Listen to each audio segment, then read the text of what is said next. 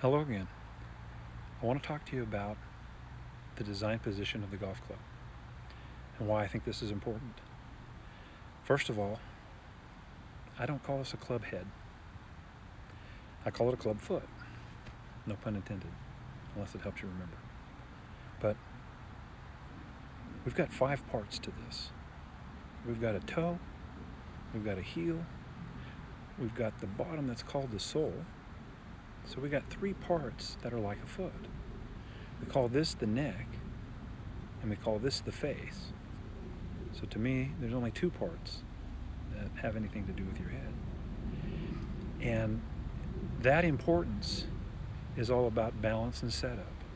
And so just like we stand on our feet, hopefully, we stand flush, in balance.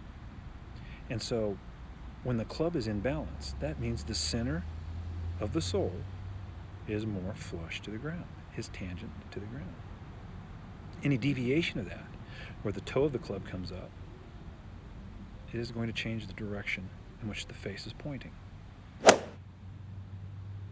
For a right-handed golfer, when the toe of the club is up in the air more than the heel, it throws the face to the left. For a right-handed golfer, if the heel is higher than the toe, it throws the face to the right. And so, on that premise, we want to learn how to set the club up to where the sole is, the center of the sole, is flush to the ground, putting the shaft in a very neutral position. And again, there's another thing that is important about the sole. It has an angle called bounce angle. How the club bounces through the turf when striking the ground. Typically, sand wedges, more lofted clubs, have more bounce angle, meaning that the tangent point on the ground lifts the leading edge above the ground.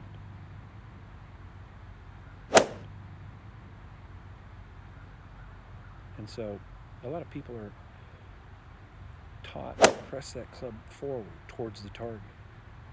And so when you do that, you bring the leading edge more towards the ground, giving it less bounce and more dig so that it digs into the ground.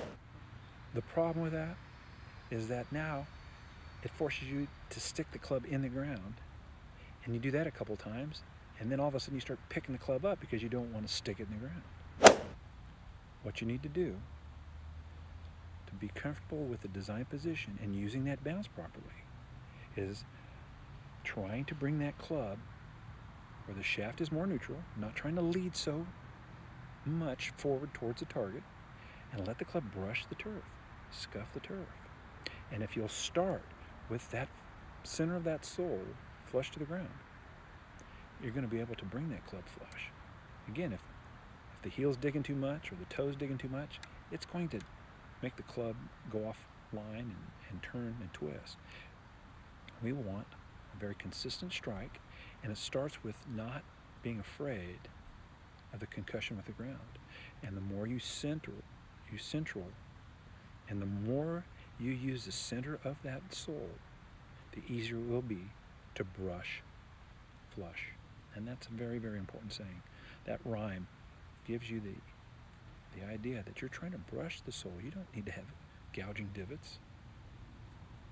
You want that club just barely resting on the ground and being able to brush through the turf. All right, give that a try.